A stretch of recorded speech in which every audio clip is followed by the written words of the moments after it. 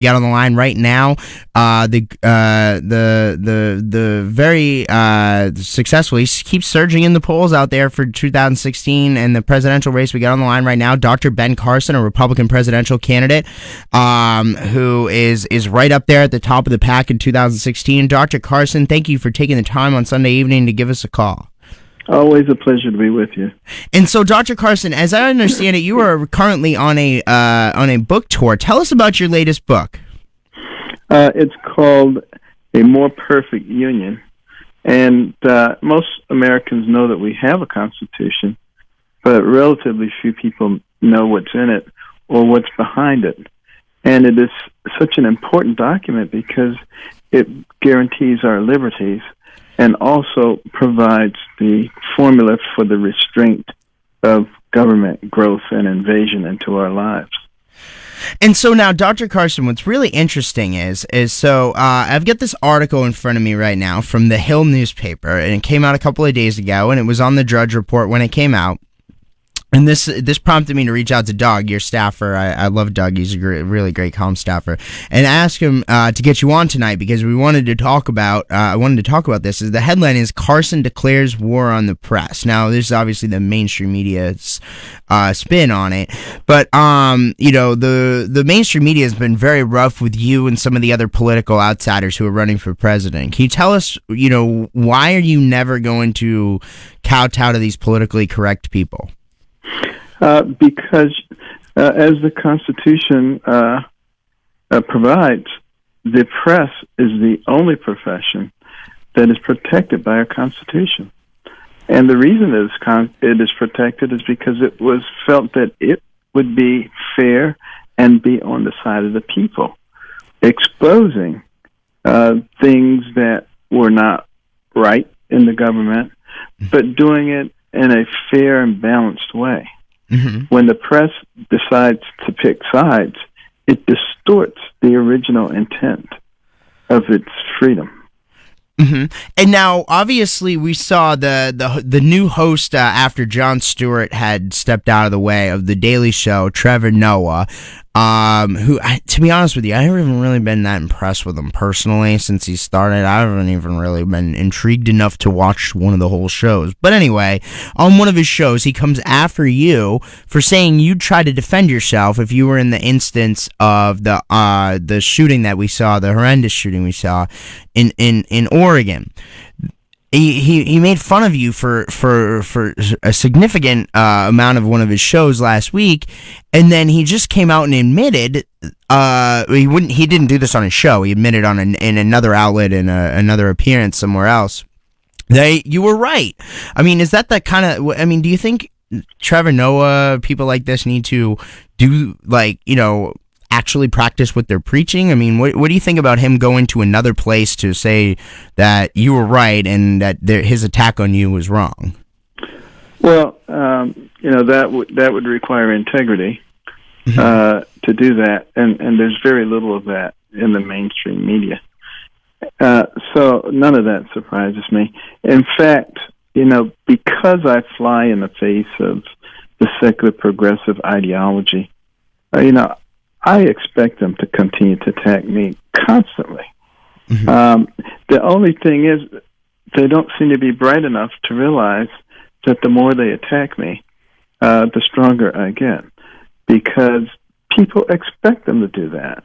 They're actually playing right into the narrative that everyone has predicted for them, because they can't stand the thought of a black person who is a conservative, who hasn't had to make it on their handouts and be, at their beck and call and doing the things that they want them to do. It just infuriates them.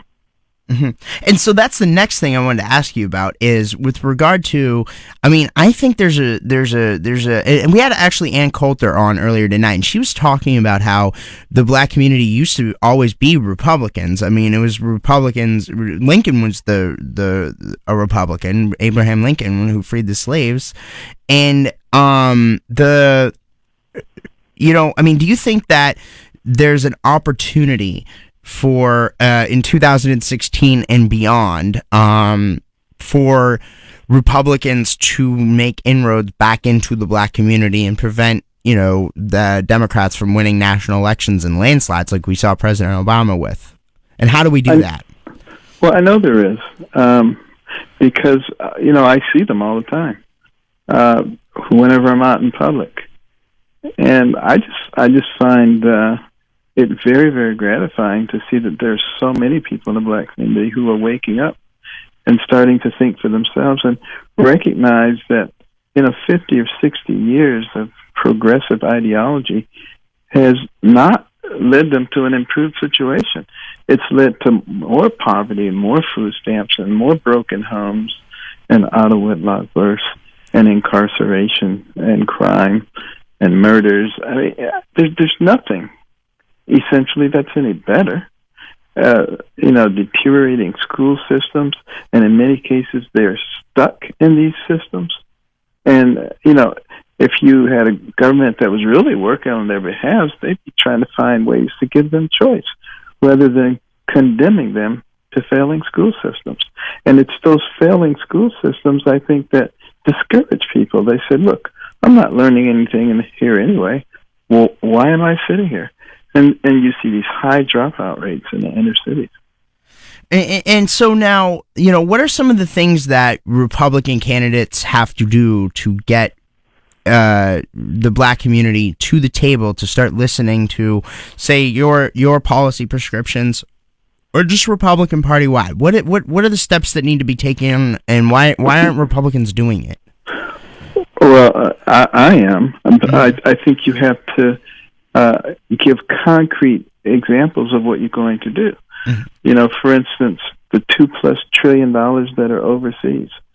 I would provide a 6-month hiatus on corporate taxes to allow that money to be repatriated, not costing the American taxpayers one penny.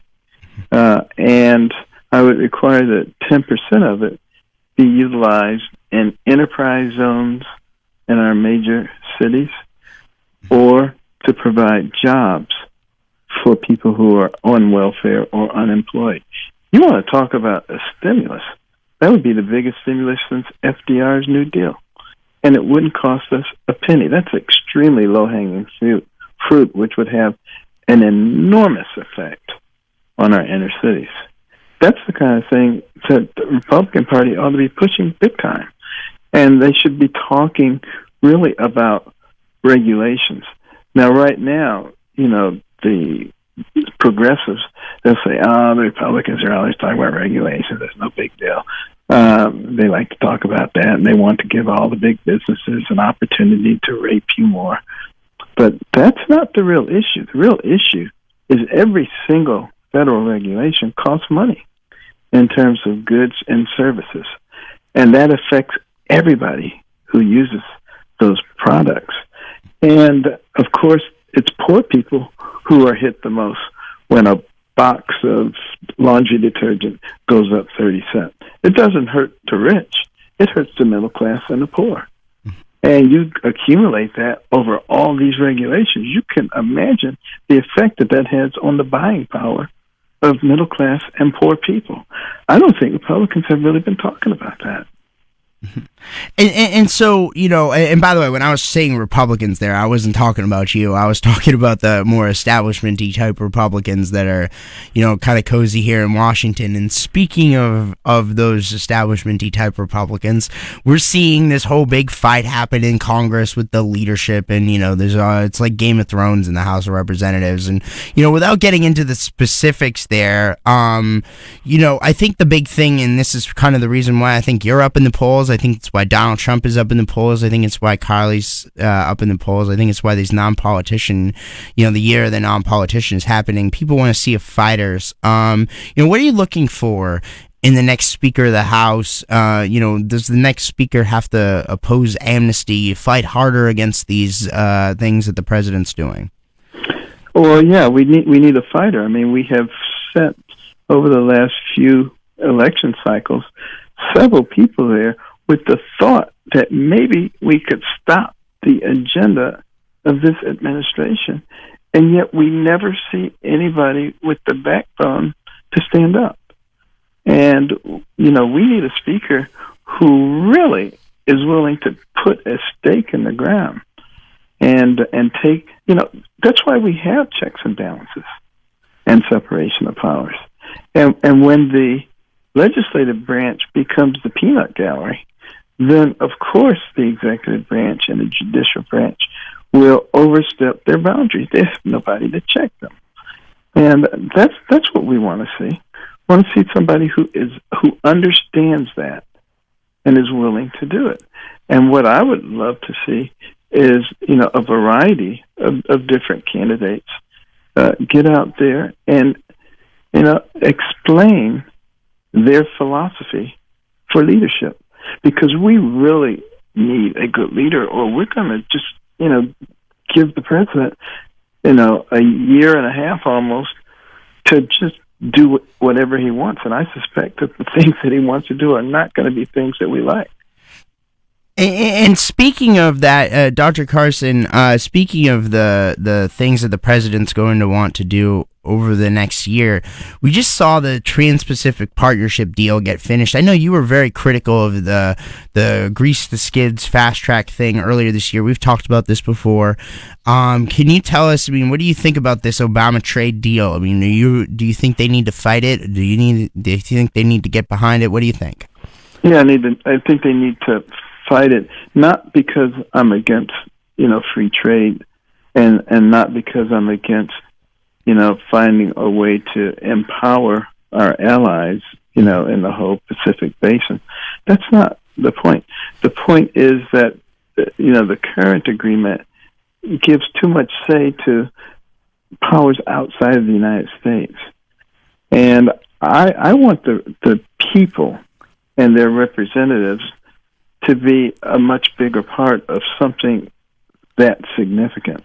And I don't necessarily trust the current administration to have the interests of the people at heart. Mm-hmm. And then to just kind of wrap things up, the last thing I wanted to ask you about is we're seeing, and I know you've weighed in on this a little bit. I think you did an interview the other day with one of our national security correspondents, and who Jordan Schachtel, who kind of broke down your policies and your positions on ISIS and Syria and everything that's going on there. With everything that's happening in Syria, with Assad getting involved in the way that he is, Putin and from Russia getting involved in the way that he is backing Assad. What in the last couple of minutes here, how would you deal with fighting ISIS, fighting Assad? How do we solve the problem in Syria?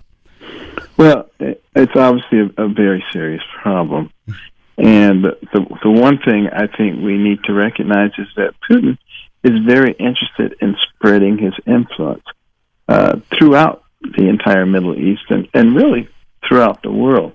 But the Middle East is particularly important to him for economic reasons. And, most of the analysts, I don't think, have really figured this out yet. But, the oil prices are so low, and he's a one-horse show, energy. And it's hurting his expansionist ambitions quite significantly. So he wants to get this foothold there. He said he was coming there to fight ISIS. Is he fighting ISIS? Of course not. He's fighting al-Nusra. He's fighting the anti-Assad forces. And if he can establish himself a power base in Syria, he can use that as the nidus for spreading his influence throughout the Middle East, because he would love to be able to control more of the oil fields. And if he can then move down into Iraq, the ISIS controls Anbar, one of the largest energy fields in the world. And if he can get control of that and then get control of some other areas, imagine what he might be able to do to the price of oil. So, we need to oppose, we need not let that happen. And the way I wouldn't let it happen is I would take that area first. I believe that we have the ability, and I've talked to several of our generals who said we could take back the land in Iraq, including Anbar, if we simply would not tie the hands of our forces and gave them a mission to do that. In addition to that, I think if we use our special forces and probably a limited number of boots on the ground, we can get others to join us. Calling for a coalition when you don't have leadership is kind of a fool's game. It's not going to happen. You've seen that. Mm-hmm. But if we get in there and we start showing leadership, believe me, a coalition will form behind us.